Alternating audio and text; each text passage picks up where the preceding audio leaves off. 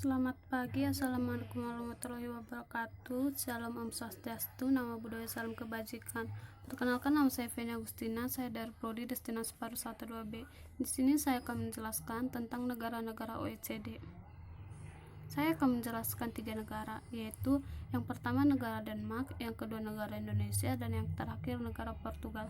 Pertama kali kita akan membahas tentang negara Denmark. Perekonomian dalam pariwisata. Wisatawan di Denmark menghabiskan total DKK sebesar 128,0 miliar. Ini terjadi pada tahun 2017, di mana DKK 54,8 miliar atau setara dengan 43% dari total pengeluaran pariwisata. Ini berasal dari wisatawan yang datang. Pada tahun 2017, terdapat 257 juta pekerjaan di bidang industri pariwisata atau setara dengan 8,8% dari total lapangan kerja di Denmark. Sejak tahun 2017, pengeluaran pribadi pengunjung di akomodasi telah dimasukkan ke dalam neraca satelit pariwisata di Denmark. Perkiraan ini menunjukkan peningkatan yang signifikan pada akomodasi pribadi ekonomi yang terjadi di beberapa tahun terakhir ini. Selanjutnya, tata kelola dan pendanaan pariwisata. Tata kelola dan kebijakan pendanaan pariwisata ini berada di bawah langsung tanggung jawab Kementerian Perindustrian, Bisnis, dan Keuangan. Kementerian ini juga bekerja sama dengan kementerian-kementerian lain yang terkait dengan isu-isu pariwisata. Peran Forum Pariwisata Nasional Denmark adalah untuk memimpin dan mengkoordinasi kebijakan pariwisata, bekerja secara erat untuk berkolaborasi dengan industri pariwisata di Denmark. Strategi Pariwisata Nasional tahun 2016 telah menjadikan kerangka kerja yang memandu pengembangan industri sejak tahun 2016. Berawal dari kesamaan visi menjadi destinasi pariwisata yang menarik dan menciptakan berbagai pengalaman yang berkualitas. Strategi ini menciptakan 10 prioritas kebijakan, yaitu yang pertama, industri pariwisata harus memiliki kerangka kerja yang kuat untuk memungkinkan pertumbuhan pariwisata yang berkelanjutan. Yang kedua, upaya yang dilakukan untuk mempromosikan pariwisata harus efektif dan penggunaan dana masyarakat dalam kegiatan pemasaran harus menambah nilai. Yang ketiga, Denmark harus dipasarkan dengan cara terkoordinasi dengan penekanan pada saluran digital. Yang keempat, destinasi yang kuat harus mendorong pertumbuhan pariwisata. Yang kelima, wisatawan harus menikmati pengalaman yang berkualitas tinggi di Denmark. Yang keenam, digitalisasi pariwisata Denmark harus diperkuat. Yang ketujuh, mempermudah wisatawan untuk pergi dan berkeliling di Denmark. Yang kedelapan, industri pariwisata harus kompeten dan inovatif. Yang kesembilan, pengembangan pariwisata Denmark harus berbasis bukti. Dan yang terakhir, semua masyarakat di Denmark harus menyambut turis dengan baik. Selanjutnya kita akan membahas tentang negara Indonesia. Pariwisata dalam perekonomian. Pariwisata telah berkembang pesat di Indonesia dalam beberapa tahun terakhir ini dan merupakan salah satu sumber utama devisa pendapatan. Pada tahun 2017, kontribusi pariwisata terhadap PDB mencapai 536,8 triliun atau 4,1% dari total PDB Indonesia. Di tahun yang sama, pariwisata menyediakan 12,7 juta pekerjaan, mewakili 10,5% dari total lapangan kerja. Penerimaan pariwisata berjumlah 200 miliar dan sektor ini mengungguli pertumbuhan umum ekonomi pariwisata. Pada tahun 2017 dibentuk tim koordinasi pariwisata secara resmi dengan peran utama menyusun rencana induk pariwisata terpadu di bawah tanggung jawab Menteri Pariwisata. Selain itu, peraturan tersebut membebankan kepada tim koordinasi. Yang pertama, koordinasi kebijakan, program, dan kegiatan dalam mendukung pariwisata. Yang kedua, bekerja sama untuk memastikan harmonisasi dan integrasi peraturan pariwisata, kebijakan, dan program yang efektif. Yang ketiga, mengatasi kendala dalam penyelenggaraan kepariwisataan. Dan yang terakhir, perencanaan, pelaksanaan, pemantauan, dan evaluasi materi plan pariwisata. Pemerintah Indonesia memiliki tujuan untuk menyediakan berbagai pembangunan pariwisata ekonomi, sosial, dan manfaat lingkungan, khususnya untuk mengurangi pengangguran, mengatasi kemiskinan, melindungi lingkungan, dan meningkatkan citra Indonesia.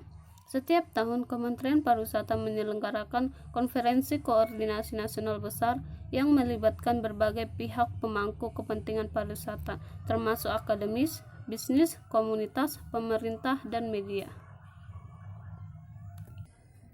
Visi dari Induk Nasional adalah memastikan bahwa Indonesia berdaya saing dan pariwisata berkelanjutan, yang mendorong pembangunan daerah yang meluas dan meningkatkan kesejahteraan semua rakyat Indonesia. Rencana Induk Nasional memiliki 4 tujuan. Yang pertama, kembangkan destinasi yang aman, nyaman, menarik, mudah diakses, ramah lingkungan, yang akan menumbuhkan ekonomi di tingkat nasional, regional, maupun masyarakat. Yang kedua, koordinasi pemasaran berkualitas tinggi dan terpercaya untuk mendorong kunjungan baik dari domestik maupun pasar luar negeri. Yang ketiga, menciptakan sektor bisnis pariwisata yang kompetitif dan profesional, serta merangsang kemitraan yang bisa memainkan peran mereka dalam menangani dampak lingkungan dan sosial dari pariwisata. Dan yang terakhir, mendorong kemajuan menuju pembangunan pariwisata berkelanjutan melalui keterlibatan aktif badan publik, pemerintah daerah, swasta, dan masyarakat. Tujuan strategi ini diterjemahkan ke dalam berbagai prioritas yang semua sedang berjalan. Yang pertama, mempercepat pembangunan infrastruktur. Yang kedua, mengembangkan atraksi untuk mendorong pariwisata lintas batas oleh tetangga. Yang ketiga, meningkatkan kualitas fasilitas di destinasi dengan memastikan ketersediaan fasilitas wisata tersebut sebagai ATM, bisnis valuta asing, dan sistem pembayaran. Yang keempat, mengoptimalkan saluran promosi menggunakan teknik digital. Yang kelima, mendorong investasi dan keuangan untuk pengembangan destinasi.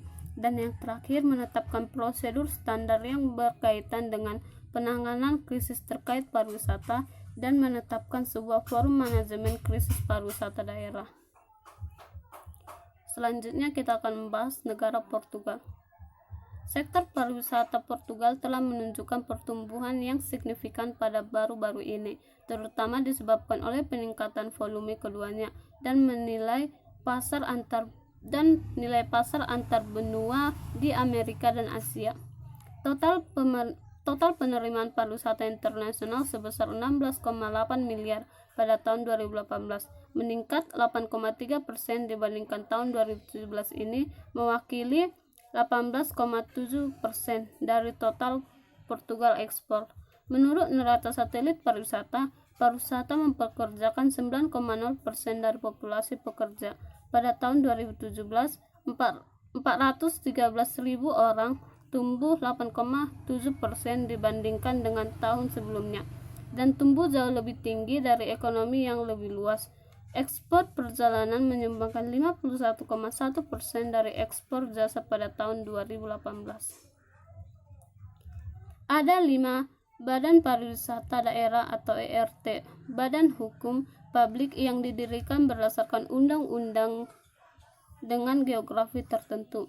Mereka adalah organisasi manajemen destinasi dengan keuangan dan otonomi administratif. Mereka memiliki tanggung jawab untuk promosi dalam negeri dan mengembangkan produk. Selain itu juga ada 2 direktorat daerah pariwisata yang meliputi DOB Madeira dan The Azores. Pembangunan di seluruh negeri dan mempromosikan Portugal sebagai salah satu tujuan pariwisata paling kompetitif dan berkelanjutan di dunia. Ada 5 pilar strategi, yaitu yang pertama, nilai sumber daya. Nilai sumber daya atau memanfaatkan warisan sejarah dan budaya, meningkatkan produk agar lebih sesuai dengan kebutuhan pengunjung. Yang kedua, boost the economy atau meningkatkan daya saing sektor pariwisata yang mempromosikan inovasi dan menarik investasi asing. Yang ketiga, mempromosikan pengetahuan atau menekankan kepada nilai keterampilan, kualitas pekerjaan dan penyebaran wawasan di sektor pariwisata. Yang keempat, meningkatkan konektivitas, meningkatkan akses udara, dan mempromosikan jaringan antar pemangku kepentingan. Dan yang terakhir, mempromosikan Portugal, meningkatkan pemosisian Portugal sebagai tujuan yang menarik untuk dikunjungi dan berinvestasi. Program utama saat ini berkaitan dengan investasi, inovasi, pengembangan warisan yang bernilai tinggi, pengukuran, serta pendidikan dan pelatihan. Yang pertama, program Valorizar sebesar 90 juta dirancang untuk memenuhi permintaan baik secara geografis maupun musiman.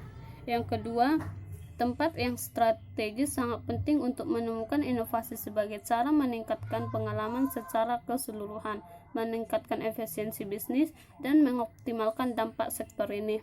Yang ketiga, yang perlu diperhatikan adalah pembuatan Next Tourism Innovation Center. Dan yang terakhir, program Revive adalah pendekatan seluruh pemerintah yang bertujuan untuk menarik investasi swasta untuk merevitalisasi warisan bernilai tinggi untuk keperluan pariwisata. Sekian dari saya. See you next time.